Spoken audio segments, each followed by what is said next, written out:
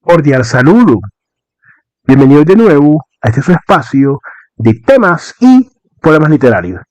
Es toda literatura infantil, puramente inocente, puramente ingenua, puramente un instrumento de enseñanza moralizante para los niños, o puede haber un significado simbólico más profundo.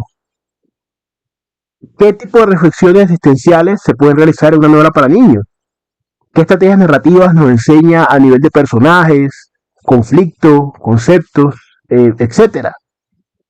Hoy vamos a hablar de El Principito, una de las novelas infantiles más famosas, si no la que más, en Occidente, que nos enseña cómo esta clase de preguntas y esta clase de pesquisas de un gran calado intelectual se pueden hacer en una novela para niños. Vamos a conversar un poco sobre esto, también los paralelismos, uno al final muy curioso entre el personaje y el autor. Vamos a hablar un poco de esto, no sin antes recordar que soy Sundiata Keita, escritor, miembro fundador del colectivo artístico Epísteme Colombia y su anfitrión en este su espacio. Principito es una novela que creo que la mayoría conocemos, una novela escrita por el periodista, eh, escritor y sobre todo también muy importante este dato, piloto francés, Antoine Saint-Exupéry, publicada en 1943.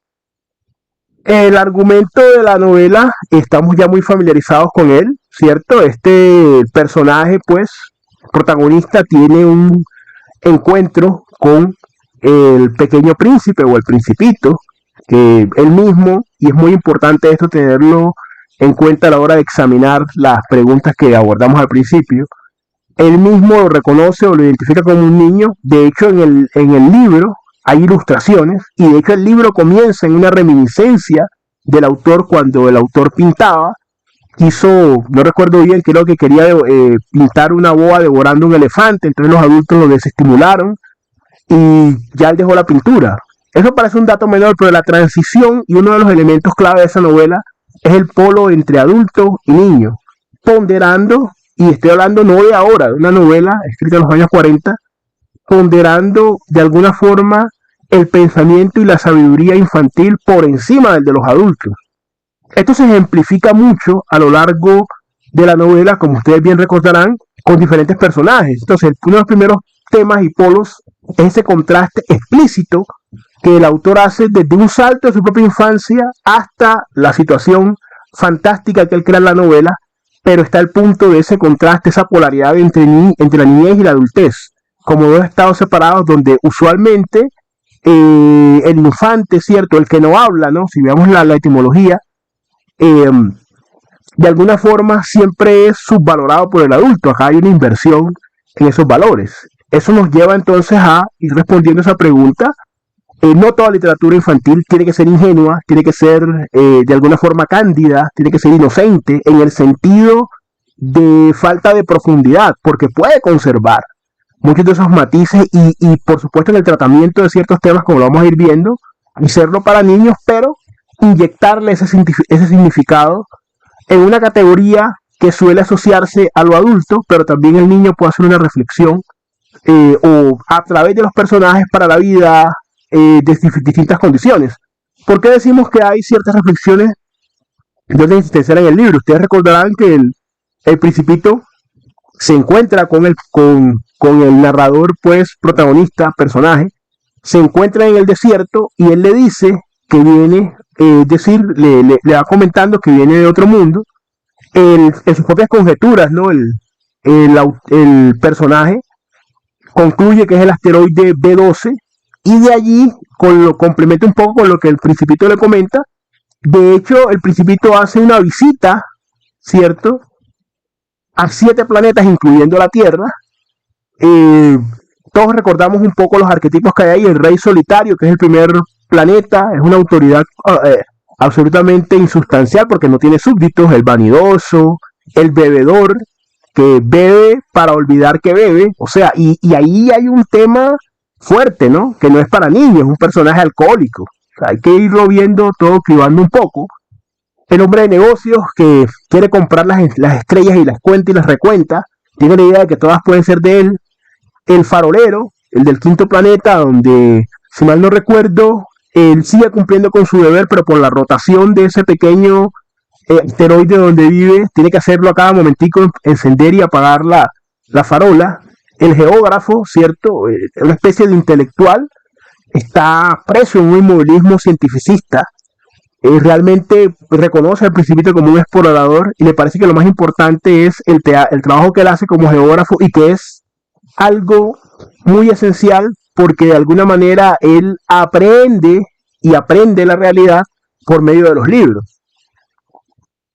Entonces, nos vamos dando cuenta que esos arquetipos que él está mostrando, que el autor muestra ahí, esos tipos de personalidad, usted los puede agrupar o desagrupar conforme digamos sus intenciones. Por ejemplo, en la misma novela, el mismo Principito dice que de los que había conocido hasta ese momento, el farolero del quinto planeta era el único que hacía algo más allá de pensar en sí mismo, que no lo hacía el rey, ni el vanidoso, ni el bebedor, ni el hombre de negocios.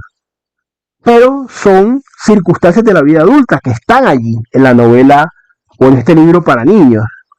Y usted dirá, bueno, en muchos libros para niños también hay personajes, digamos, que ejemplifican vicios o virtudes en las fábulas de Esopo y todo lo demás, y eso está bien, pero vea que lo hace allí con animales y que no es tan directo ese contacto, ni es tan brutal, de alguna forma no es tan descarnado como se muestra en el Principito, en esos breves, porque es un libro muy corto, pero esas breves descripciones que hace, usted ve las angustias de los personajes, por ejemplo en el caso del bebedor, inclusive hay quien más allá habla de tipos psiquiátricos que se podrían ver allí, por ejemplo como en el vanidoso, o en el rey sin súbditos. Entonces es una novela que genera una amplia reflexión y que por eso ha perdurado tanto.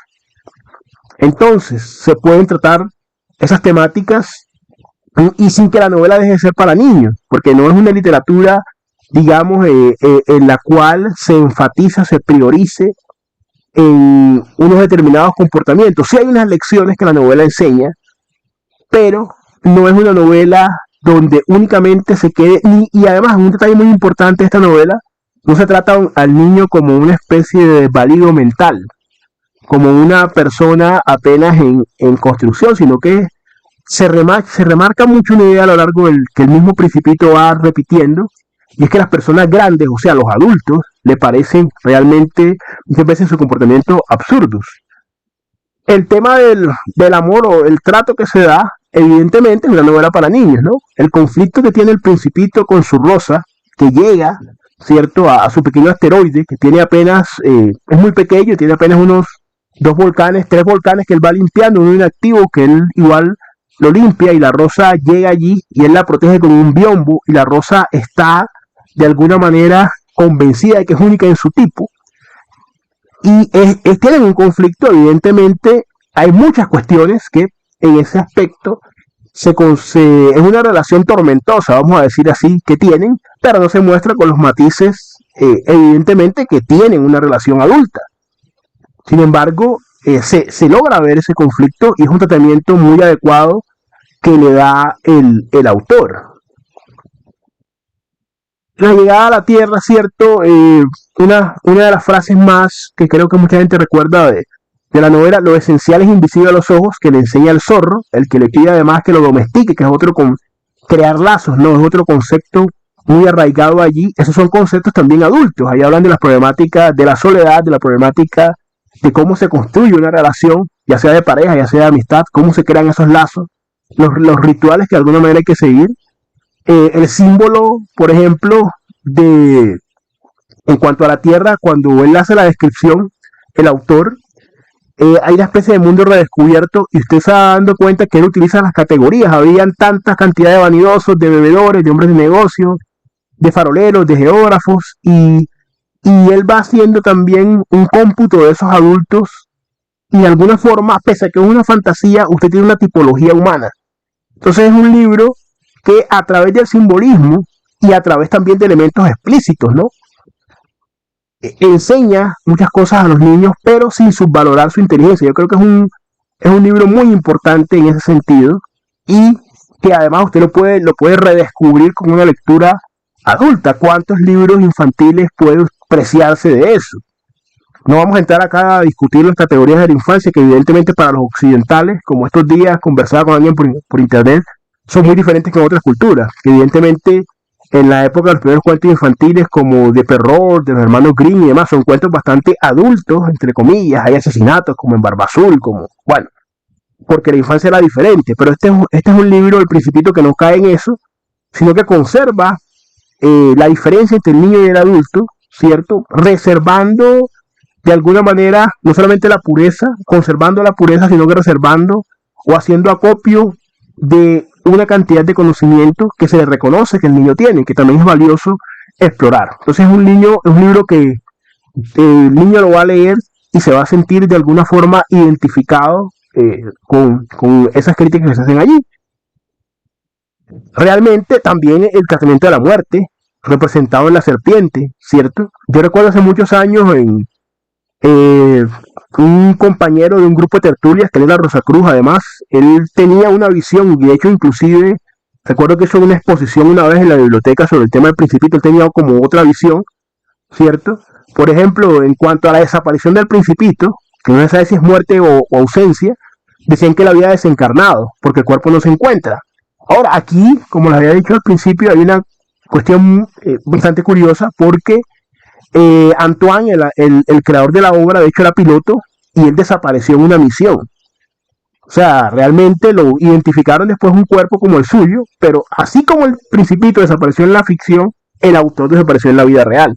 En el marco de la Segunda Guerra Mundial, nos dicen que fue derribado por un pues por los enemigos de ese momento alemanes, eh, pero realmente inclusive hasta principios de este siglo se encontraron unos restos de un modelo de avión que correspondería con el suyo. Ahí hay una similitud curiosa. Entonces, ¿qué podemos, para ir culminando, qué podemos ir aprendiendo de esto? Que si usted quiere hacer literatura infantil, puede hacerlo sin faltarle respeto al niño, sin subvalorarlo, sin darle lecciones empaquetadas, ¿cierto? De una manera un poco de orden ideológico, político, social o de otro tipo, y al mismo tiempo puede hacer un libro que perdure para que ese niño cuando sea adulto le pueda dar una nueva le pueda dar una reinterpretación respecto a eso. Entonces se pueden meter esos elementos, combinar, utilizar esos elementos existenciales, que no sea únicamente un libro de fantasía moralizante, sino que sea un libro donde esa fantasía que se conserva, porque evidentemente el Principito llega, por ejemplo, aparece, o para algunos se materializa o se desmaterializa de alguna manera sin utilizar una nave espacial o algo así, pero que de todas formas, ya en el universo adulto, usted le puede dar otra interpretación. Para el niño es perfectamente natural que aparezca de esa manera. Creo que es importante entonces, no es una reseña propiamente de la obra, pero es importante acercarnos a este tipo de literatura y con libros como este, por ejemplo, teniéndose en cuenta, vea que los personajes se construyen bien, tienen una motivación clara, la rosa, el zorro, la misma serpiente, el principito, evidentemente. Es muy importante entonces que nosotros hagamos ese ejercicio de construcción. Sin embargo, nos invitamos igual a compartir el contenido, suscribirse al canal, a comentar, ¿cierto? ¿Qué otras lecciones traería usted del Principito? Si ya lo ha leído, sería bueno conocer sus consideraciones. Siempre es un gusto compartir con ustedes en este espacio. No siendo más por el momento, nos veremos en otro episodio de Episteme Colombia Literatura.